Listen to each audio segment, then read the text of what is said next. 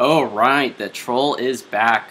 So, recap, originally did a video offering a philosophical proof that each individual has exclusive rights of control, I guess I won't say ownership, but exclusive rights of control over their body, their labor, and the effects of their labor. You know, the material things produced that I would call property, but we don't have to use that term for the time being. Yeah, this was, my understanding, how we define my approach, my attempt how we define the ethical rules that answer the question of who justifiably gets what. The conclusion we came to is, well, as long as you're not initiating violence, you're okay. Now, I did get one response that I think is a decent objection worth talking about. I don't know if this person would like to remain anonymous. I'll go with the benefit of the doubt and just call him Big C. Big C said, well, it's, and I'm paraphrasing, but he said, it is violence to deprive the necessities of survival to those in need. And this was a counter talking about one of the, the bad things, the downsides of property. That even, by your inaction, by, someone just sitting there, he's not necessarily kicking the people down, but just by him, ownership of property, it has the potential to deprive the necessities of survival. In fact, some people say it will deprive the necessities of survival to those in need. And again, it's not, and it can even be just through inaction. Just you have it, they don't, and you're just sitting there, whatever.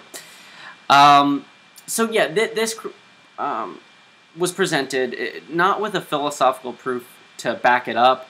Maybe it can be done to show this sort of, positive obligation to have to go out and solve this from first principles. Maybe, I don't think so, but maybe. But what I will say is, if this is correct, and, I can understand where he's coming from, like if I adopt a kid, have a kid, and don't feed it, yeah,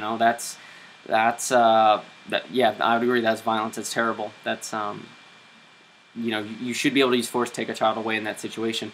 So, I understand where, I think I get where he's coming from, and certainly if it's true, it will affect the ethical rules we live by, which dictate, probably what will be the philosophical, the political model that we go for.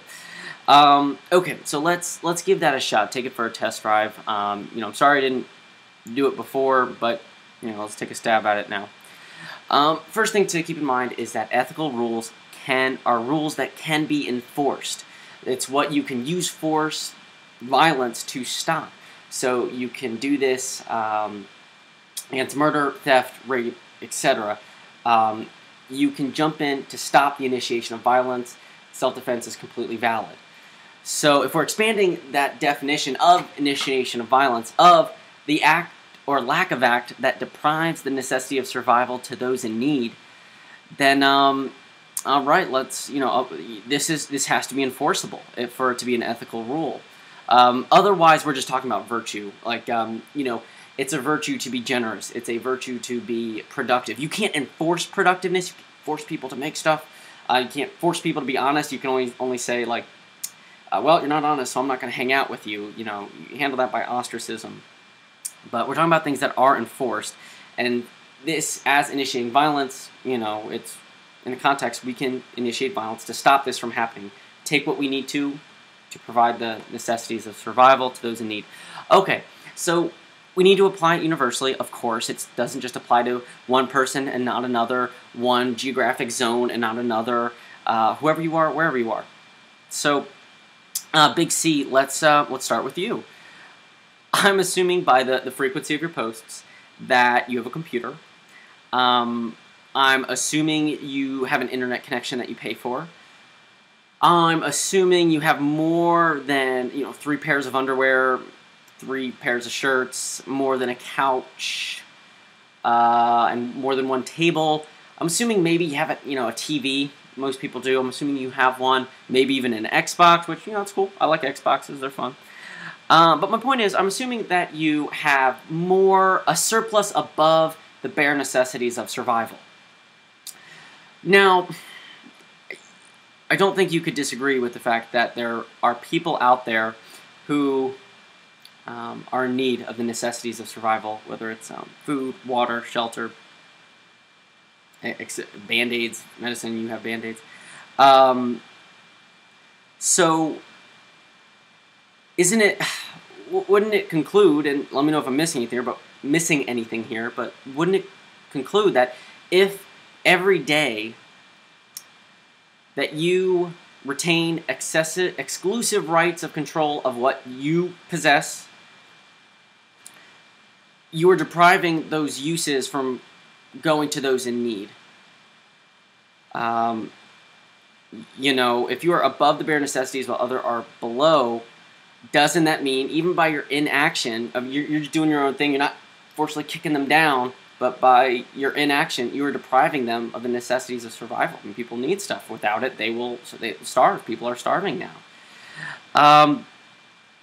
Yeah, you know, if and certainly there would be more people more guilty than you. But let's face it, the person who does less murdering is still a murderer. The person who, you know, some people steal a lot, some people just steal a little, but you're still a thief, and generally, you know, compensation, restitution for thievery, you know, generally we'd say that. So, but based on the assumption that, you know, you own a computer and that you do possess more than the necessities of survival, while there are others who don't, it seems like you are not self-enforcing the ethics that you think other people should be enforced on other people. Now, I mean, you could, you know, exchange it all for money, Western Union that, you know, to Africa. People can buy food, shoes, shelter. You could, even if you're not doing it directly, you could support a charity that goes in and builds shelter. I think that's a fine equivalent. I mean, it's basically, you know, you're helping. But the point is, you know, if you're not living by what you value, I don't need to come up with the philosophical ground-up argument to find the inconsistency of your premises and why it's a flawed conclusion that depriving the necessities of survival to those in need is the same as initiating violence. It's the same thing as if someone, or it's similar as if someone comes to my door in, you know, total rags, total poverty, and says, "Hey man, I got a plan to bring you to riches." I don't have to evaluate his financial strategy, because either he followed it himself and it brought him to poverty, or he doesn't really believe it because he didn't do it. So he didn't do what he's trying to sell me to get me to do, so he doesn't believe it. So he either doesn't believe it or it doesn't work. So I don't need to evaluate it. So I hope that makes sense where I'm coming from. Again, the form of the argument must be in consistency with the content. I hope that makes some sense. I hear what you're saying when this person said, if you fail yet again to take into consideration logic outside the realms of abstracted liberalism, then, you know, it's not worth talking to. You're clearly just a TV going one way, no receptive. Well, you know, if you look at my original video, that's not what I did at all. I didn't start with liberalism and then extract from there, abstract from there. I pretty much started with nothing. In fact, there's only two assumptions that I started with. One is morality exists, which everyone on the board is saying this is right, this is wrong, so they have to believe that morality, good and evil, right and wrong, exists. And the second is that it's universal. You know, it applies to everyone, black, white, Asian, American, you know, whatever. So I hope that makes sense. There's one last thing I was wondering if we could agree on. I think we might. So if we don't include that extended definition as valid, but I still think, you know, there are people like that who still could be considered anarchists or even socialists.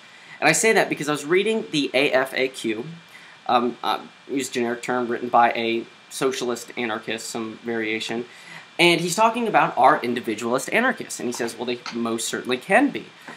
He quotes one that said, Tucker, who is an individualist anarchist, and he quotes Tucker by saying, interest, rent, and profit constitute the trinity of usury. So basically, you can be an individualist, be a sole proprietor of what you possess, and run it that way, trade and exchange, etc. But as long as you abide by, you know, avoid some things that do constitute as theft under a socialist theory of value, as I understand it, you're okay. And he even says And I quote, "The various schools of socialism present different solutions to this exploitation and subjection of capital to labor." Ooh, I'm running out of time. From the nationalization of capitalist property by the state socialist, to the socialization of property by the libertarian communists, to the cooperatives of mutualism, to the free market of the individualist anarchists.